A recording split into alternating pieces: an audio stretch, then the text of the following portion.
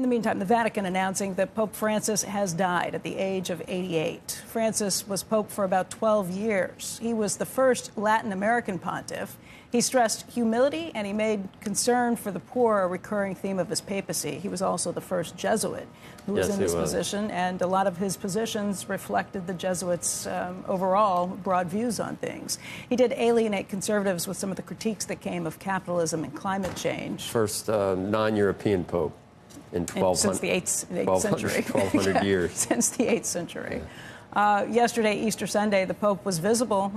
Got to see him there blessing thousands of people in St. Peter's Square in Vatican City. He made a surprise drive through the square in the Pope-mobile, and that had a lot of people hoping and thinking that he was in much better shape than we had been hearing recently.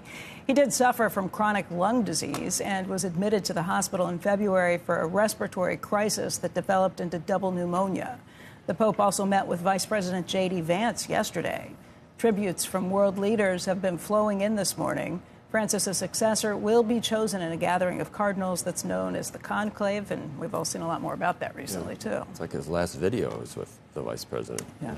At the end of 2019, I never told you guys, I went and visited with him. Did you really? And interviewed him. Why did you not tell us? Because it was a piece I was going to write for the New York Times Magazine, and then the pandemic happened. And so there was no time to, I never wrote the article. And I was waiting to write the article.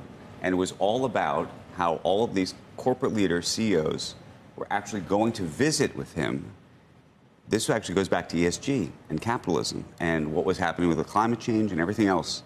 And all of these CEOs, I will keep their names out of it for now, but were going on these pilgrimage almost trips to visit with him and to talk with him about what they were planning to do as it relates to trying to have a more inclusive capitalistic society and what they thought should happen as it related to their companies. And all of that is unwound since then? Of course, now all of that is unwound. Obviously, I haven't spoken to him since then, but he was very,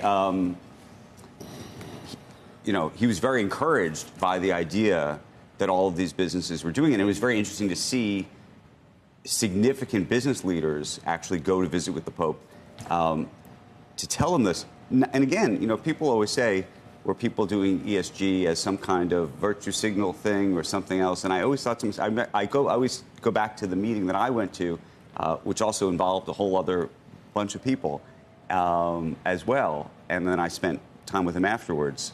But it was...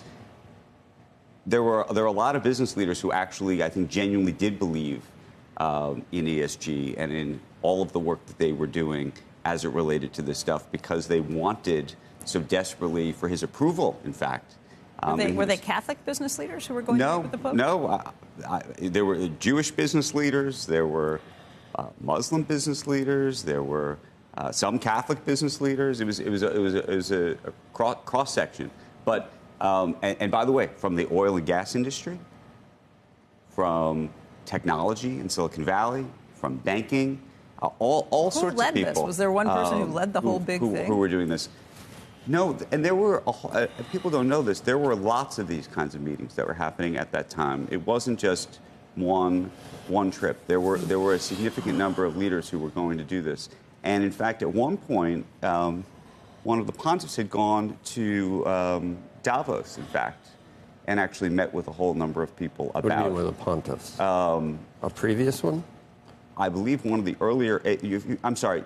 This pontiff had started to send statements, rather, I apologize, to Davos, and then they had sent some of their deputies to Davos to start to meet with business leaders. Nonetheless, it's actually just interesting to think about. He issued an encyclical on climate change, and we'll see. Right. We'll see as the years go by whether the Church and whether the Pope should have actually been weighing in on that. One of the criticisms of this Pope is that there were other things that were not totally dealt with. From the sex scandals. Yes, right. And he's Vatican working Bank on and some of the issues in the open. working on what, I mean, those are what a lot of people are still skeptical. And an papal, and he's very liberal from Argentina. I'm not going to say anything bad about him.